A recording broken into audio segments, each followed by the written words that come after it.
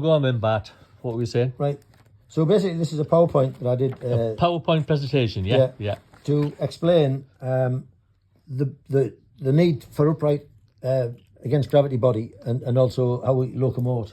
Yeah. And to do that, it requires all of this neurophysiology, biomechanics, geometrical architecture of movement is all down to the ligaments having an intelligence, the fascia covering that and having a different intelligence, all input coming back into the brain. We're basically moving from the spine, as Grekovetsky theory is that as the thorax moves one way, the pelvis moves another. That's the spinal generator. Hatsumi talked about the floating spine. Everything's in your walk, and learn to float in your walk. And these are the explanations I went to research how is that possible that we were a suspensory mechanism rather than a weight-bearing one. A man called Borelli in the 16th century built the model of biomechanics, and that's the way biomechanics is still understood. And biotensegrity, totally, it can't work like that. We float in our walk. And this is an explanation of that. Gyroscopic movement, then the involvement of the muscles. So I've laid the muscles onto the ligaments and onto the structure and showed how the whole thing integrates. Just stop there a minute. I just want to, you drew all these, didn't you? Oh, yeah. So this is the lungs, and these are the three ligaments that hold the lung up. And then this is the fascia that covers them, and that fascia goes up the neck muscles and goes to a point here called the styloid process. So basically all of that is hanging on a little bone behind your ear. You know, if you were upright, that's biomechanically not possible, the weight of that. But we came from being quadrupeds where it wasn't, and we had to adapt to being upright. And biologically we made those changes. It's incredible. So this is all about the triangulation of the neck muscles. Then this is the jaw mechanism. So see these muscles come from a bone here behind the ear called the mastoid. There's the styloid process. And they have muscles and ligaments that come down to the hyoid, that mechanism, the gyrocompass, and then come up and attach to the tongue muscles. So the tongue is part of that central mechanism as well. So the jaw is intimately related with the pelvis. It's intimately related with movement. This is the biocular eyes, seeing this field of vision and seeing this field of vision. And this part is the blind spot I talked about. So as that moves forward, it's relying on the fovea lock of seeing that and still moving forward. And that's perspective. Things get smaller. Things get lemniscate. So that's the fulcrum point that you change when you give inattentive blindness to a person. These are the neck muscles. All of this is helping the head move in those directions that we talked about. It's got to be able to pitch, roll, yaw, move around, orientate in space. And then I've equated it to nature, that everything's spiralic in nature. So here's a tree fern unfurling. This is looking up the nostrils of a sheep's skull. Yeah. So you can see these turbinate bones in here, look, and you can see they're also formed in patterns. Just some more. And then you can see the way bamboo grows. It grows spirally and moves in different ways. This is a lily in the garden. And again, you understand that the secret of the opening flower, that spiralic movement, is totally anti-gravity. And so that's our biology. Was there a school of the opening flower? Yes, it was an ancient school of self-protection, not defence, not self-defence. So defence of the self. Yeah. Which is totally different, because when you're doing these points and you're regaining your postural balance and you're getting rid of injuries and making yourself more aligned, that is how the body defends itself against gravity. So it's defence of the self. Right. So that was the ancient school. And we'll get more of this, won't we, on dennisbarton.com. And activebalance.co.uk. Yeah. Oh, great. Dennis Barton, by the way. How old are you, Dennis, now? 74 now. 74? Yeah. And you just came through some... I had to have both hips replaced as a result of an injury that gave me peripheral nerve damage, made me walk badly for 5 years, and the hips degenerate to a point, but from early weightlifting stresses as well, and karate stresses. So I had them both replaced inside of 3 months, and I'm now in the process of rehabilitating my nervous neurology back to the martial movements and active movements that I had before 5 years ago. And you've wrote a book? Wrote a book on that, yes. Second book, actually. Second book. Yeah, the first book was 1989 and showed the ancient breathing exercises and techniques of the Chinese silk weavers, who had a longevity of well over 100, and they realised that the slow movements of them weaving the silk was very therapeutic to longevity.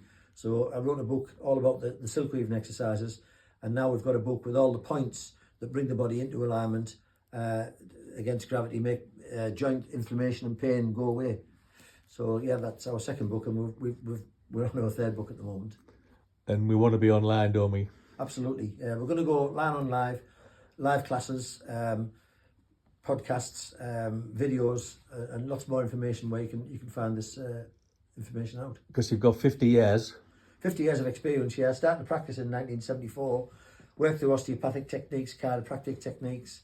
Then I met the mentor, Dr. Hatsumi, and studied with him for 30 years. And he showed me the martial points that were critical to taking a person down neurologically in warfare, could also be used therapeutically to regain. So he taught me the Budo of medicine, which became a medicine or a martial aspect. And so I teach that as well and practice it. So you've had a successful business, physio business. Yeah. For how many years? For 50 years, yeah. I employed myself since 1974. We're now in 2024. Yeah. And you've built a school? Built a school, taught in various countries over the years, taught hundreds of practitioners on our 4-year orthopathic course. And now we're simplifying it down to the self-help program, which is the active balance program, which has started to develop in 1989, which is showing various neurological exercises, reflex behaviours and rubbing points and movement that actually bring the body back into alignment effortlessly with about 10 minutes or 15 minutes of practice on a regular basis. And what do you actually want to do online? What do you actually want to do? What do you want to? How do you want to see this going online?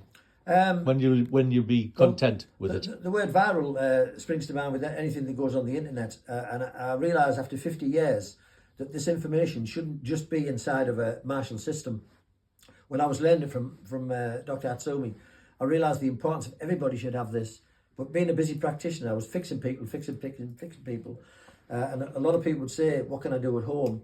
And it's only in my later years and through my own injuries and rehabilitation of my hips that I realised the importance of the stuff I was doing to myself.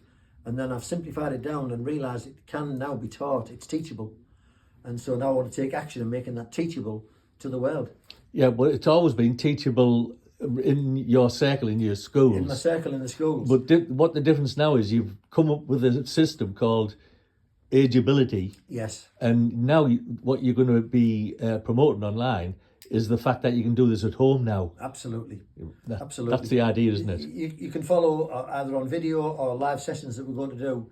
I want to be in your living room showing you how to make your body align and become freer and have this agility. As I realise as you get old, the biggest problem we have is stiffness. We have fall problems. We become a fall risk. We lose the flexibility. A lot of people don't move in various directions. They don't sit, kneel and squat the way they should as youngsters because it's painful. I want to take you back to that. At the age of 74, I couldn't wait after 6 months of not being able to do a full squat to be able to do it again, knowing it's part of my maintenance daily routine. But for 6 months, you're not allowed to, during the 6 months of rehabilitation from your hips. I couldn't wait to get back to it. But I know people that wouldn't do it because it's uncomfortable. But I had to go through some discomfort to get back to doing it every day. And I want to encourage you to be able to sit and kneel and squat the way that in Japan was quite commonplace. They sit cross-legged, or the ancient people do. The modern people, not so much, the young ones. But by sitting cross-legged, you keep your hips in better shape. By kneeling and squatting, which they do in Caesar as they go into houses, part of their etiquette, it keeps the knees in better shape. And just these simple manoeuvres put into your daily life can make a huge difference. By points. There's various points. So as your joints become misaligned or your body's going through adaptations, as it loses its vertical alignment ability, then we're going to teach you to contact those points with light pressure and make very gentle movements of the joint so that the nerve can glide through its normal movement again and re-establish its neural pathway again back to the normal instead of being an adaptation. And that brings back more energy to the body. It gets rid of inflammation, which is the root cause of pain, allows nerves to glide, so better communication, and that makes you more agile, and that's your agility, because it's relevant to anybody of any age. But as we get older, we need it more. So I've called it agility. Excellent. Over and out.